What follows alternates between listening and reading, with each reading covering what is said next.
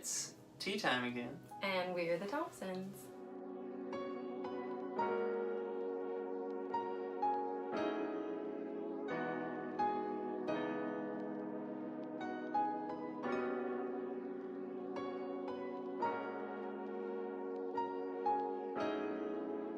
Yay, we're back. Woo. We took a really long hiatus. It's been a couple months. Sorry. I think it's been a year. Well, so we're bringing back Tea Time with the Thompsons because I love it. I think it's really fun. yeah. What's our topic for today? I kind of want to talk about mental health, and we might be going into that for a while, a little bit different aspects. I can only share from my personal experience or place. And so the overarching topic for today is mostly anxiety, I think, is where it really falls. We heard from someone recently just talking about the energy that it takes to be an introvert versus an extrovert, And what refuels each type of person. Right, so introvert, they have a hard time being out all day, and they just need to come home or whatever to just unwind, recharge. Yeah, being out exhausts them. Right, and then an extrovert, they are total opposite, and they can be almost exhausted or stressed by being in a place secluded for a long period of time. Too long, yeah. You're obviously... I'm an introvert. You think you're full-blown introvert? I think you are. I think so. And I feel like I'm a little bit of the two. I definitely think we balance each other's out. So to say introvert, extrovert can learn a new trick, if you will. I bring you out more, and even though it is exhausting for you and you need that recharge time, you are thankful that you've done it. Yeah, I definitely, one of my favorite things about marrying you is the aspect of the push and pull in those different directions, and that just that you get me out to experience things that I may have never wanted to or even thought about doing because of the comfort. Yeah, and I would say I appreciate the opposite.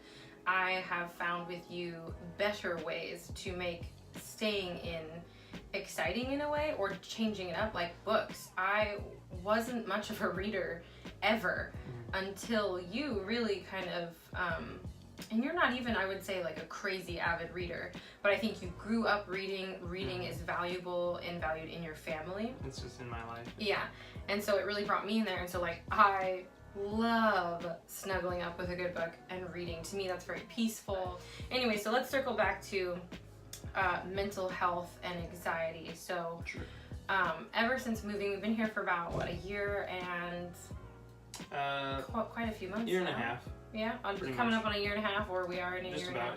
So we really started to notice that I was having some problems, and I think after a couple times of me, having like a meltdown or getting really overly emotional about a scenario, I think it was you who kind of mentioned this is becoming more frequent than normal.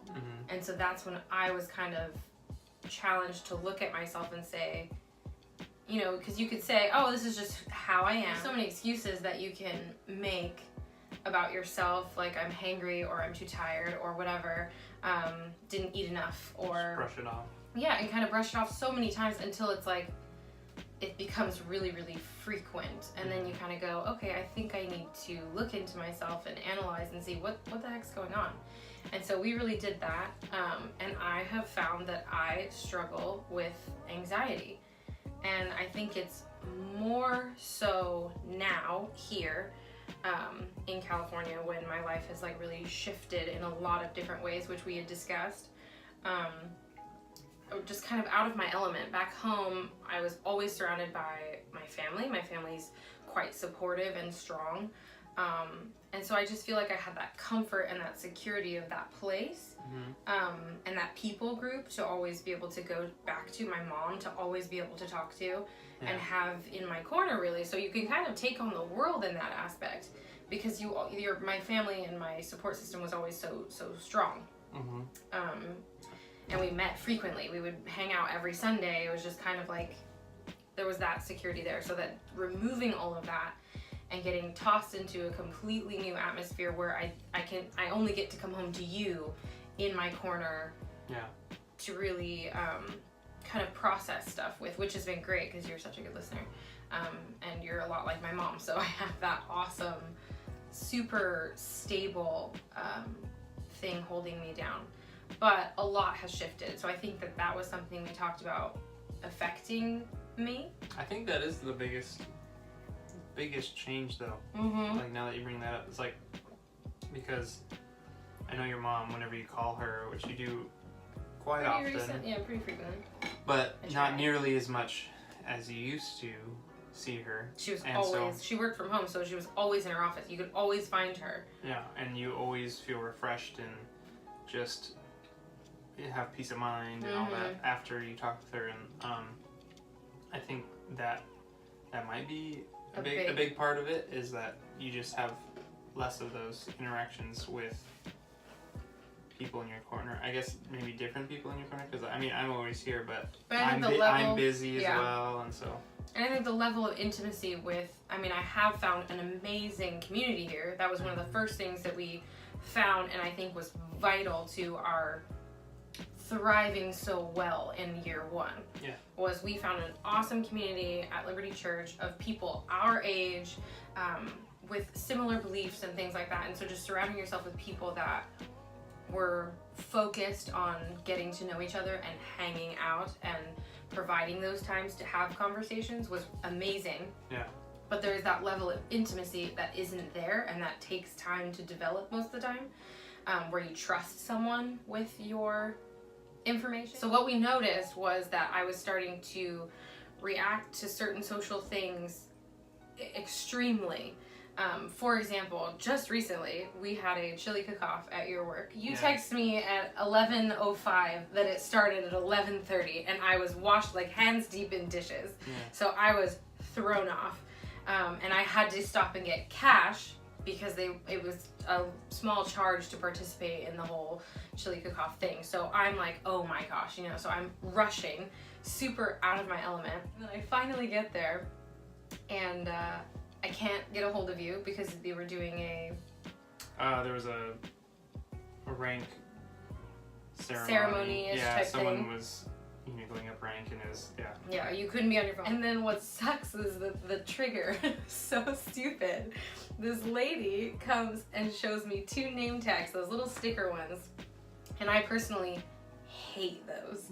I literally loathe them. You can never find like a perfect spot on your body to place them. There's that initial hit of like, I don't want to do this. And so then she hands me 2 of them and tells me to write my husband's name and what he does within the band. So I write a name tag for Chris. I say, Chris Thompson, sound guy. And I hand it to him, and she's like, oh, he already has like his name on his, whatever. And so she's like, basically, he doesn't need one. I did it wrong. And I have this thing with paper, like kind of this OCD for just like, she goes, scratch it out. And I'm like, like I already have to wear this ugly thing, and now I have to have like your name scribbled out and my name like jarringly written above it. So I'm like, no. And so I'm holding 2, so I'm like, just let me use the other one.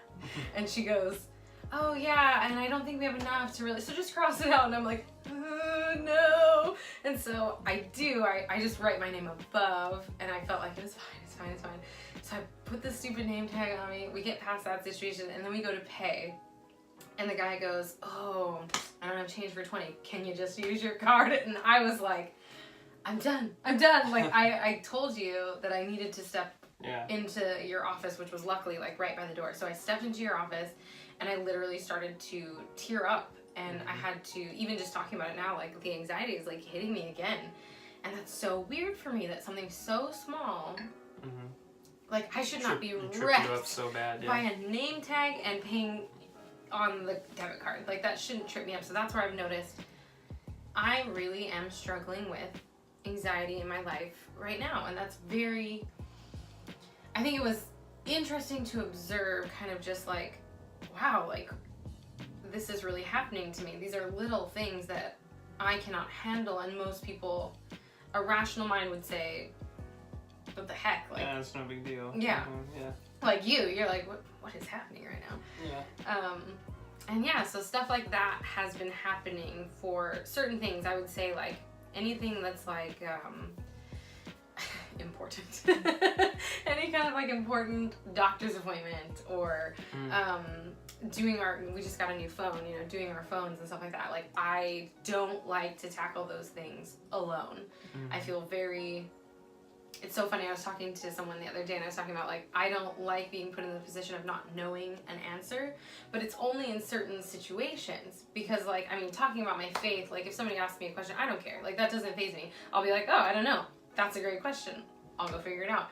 But when it's like something that has to do with my medical history or something, and I feel this stress of they're gonna ask me something that I don't know the answer to. Or numbers or bills. When all you have to do is say, oh, let me call you back. It's so simple. Yeah. But I get really worked up about it. Yeah. The furthest back I can track it to is with your family.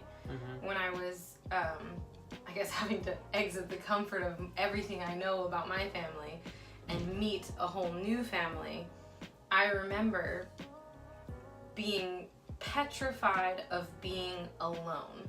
Yeah. Like you were my comfort, so if you left to the bathroom, I kid you not, if you left to the bathroom and didn't tell me, or I wasn't ready for it, I would freak out. I would like text him and be like, where are you? You know, and especially if he's going number 2, it takes way longer than number 1. So I'd be like, I'm gonna be here for like 10 minutes, like alone. And I remember I would rather go with you because his bathroom has like 2 parts to it. Like you can close the part where the toilet is and be where the sinks are. I would rather go with you and have your family think I'm weird than sit in a social situation. In a socially I wouldn't even say, I mean, your family isn't horrible. It was just different from what I was so used to. And it was crazy because I would literally cry sometimes. Like later I would get so frustrated. Or just mad. I would get mad that you, and those are things that you could, I guess we never talked about. We never, no. Why didn't we ever think that was crazy? Yeah. And then you eventually just kind of got over that. As I got more familiar with your family and more comfortable, it did get easier, so much so that I lived with them for 2 months while you were in basic alone. Yeah. And we didn't, everybody had their jobs and different things that they were doing, so we didn't like have to be together like 24 hours a day or something intense. Like, but we would watch movies together or have dinner together on occasion, and it was fine. But I had known them. I had grown accustomed to them. Yeah. And I think some of that subsided. It's just kind of interesting. Yeah. We're kind of working this out together. So these conversations are we're just bringing you into conversations that we've been having. And I think that we do have some like key points that we want to bring up that will maybe help people who might have similar issues and things. And one of them is communicating, finding someone that you can process this with, because processing on your own is great, but there are blind spots and there are things that he brings up or reminds me of that I'm like, oh, well, yeah, you know, I forgot about that. And this is just my level of anxiety. If you have deeper levels or anything like that, I firmly believe in, you know, if you need medication, even just for a time to stable things out, do that. But this is just my experience, and where I'm at, I think, is a very light level of something that I think I can overcome. Yeah. And I think... But I think that verbally processing, whether that's to someone or not, is really helpful, because like there's so many instances that I know I've witnessed with people just problem solving. They have an issue and they just bring it to someone else, and they can just be explaining the problem. Oh, that's... And then they're just like, oh, never mind. Mm-hmm. You know, like, and it happens all the time at work, and like, yeah, even if you can talk it out yourself, if you're in a room alone and sound like a crazy person, like, you can sometimes just figure it out. Sometimes you're not, you know, sometimes you do need to bring it to someone after doing that, but...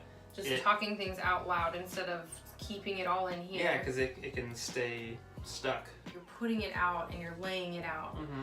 It's like laying out an outfit rather than just thinking about what's in your closet. It's just different when you lay something out and you can see it, or when it's mixed up with you know, your to-do lists and your, you know, what time crunches is and your phone ringing or that kind of stuff. So communication has been incredible in helping. So silly, but jazz music.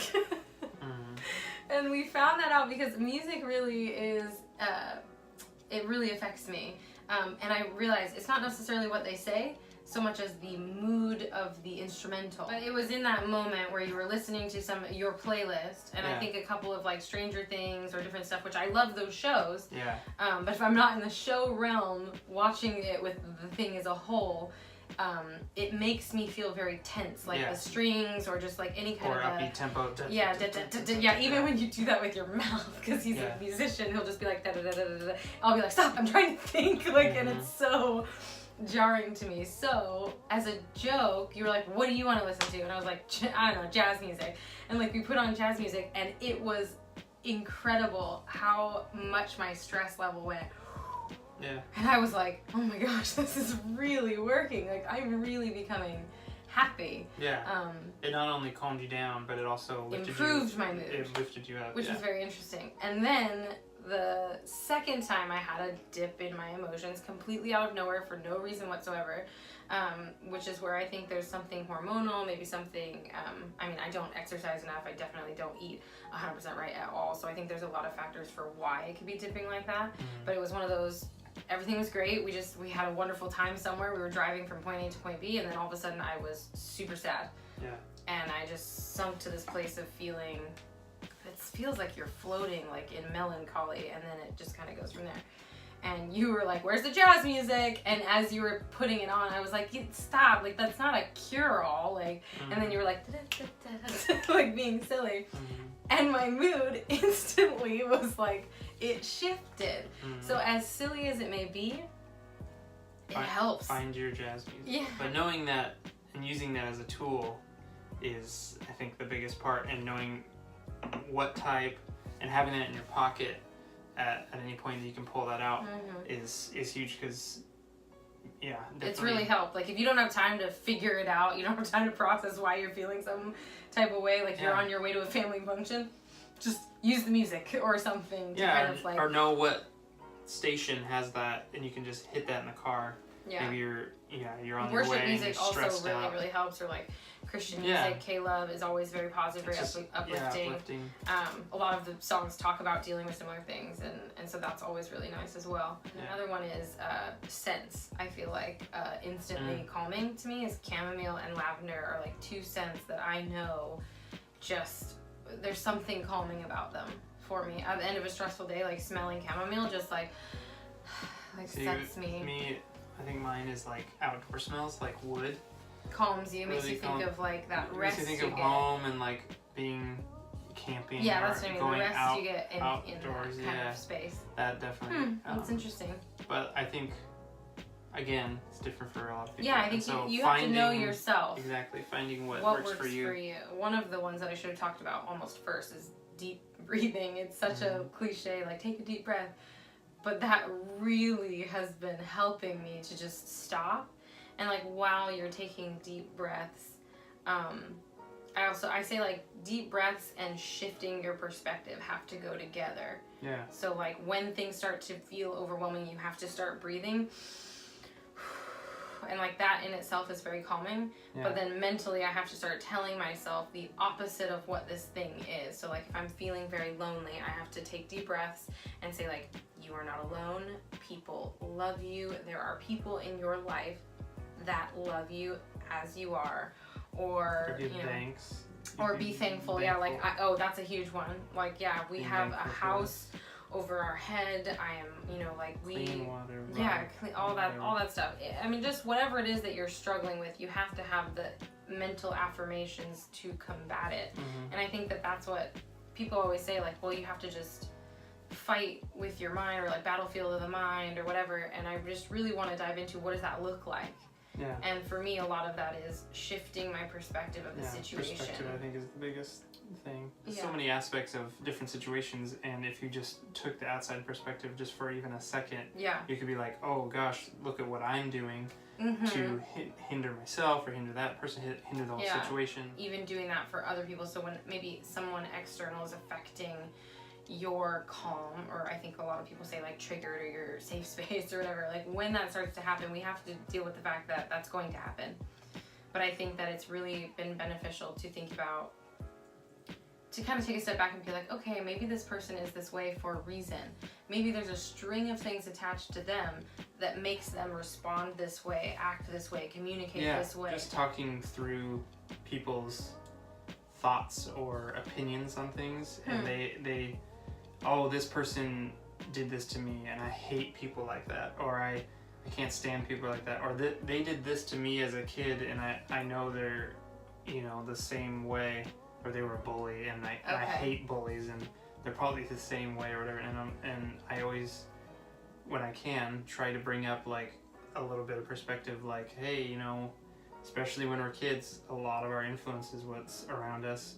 You don't know their situation. Maybe they were being bullied at home and now they were a bully, or I know this person and I don't know what their deal was today, but man, they were just this, and I'm like, well, maybe they're having a bad day. Like, give them a little, give people grace. Give people a little grace and stuff, and like, you know, you would love it if people did that for you. Oh my gosh, yes. And putting it in their shoes, I think, can be huge. But yeah, I don't know. Yeah. People, I think, have lost empathy and patience with people. And patience. I think those two go kind of hand in hand. But patience and empathy for the people around them is huge, or people that are not like them. And I'm not the best at this, at all. Like, dealing with difficult people is more your forte than me. Sure, yeah. I'm this is making me stressed. I don't want to be in this situation anymore. Avoid at all costs.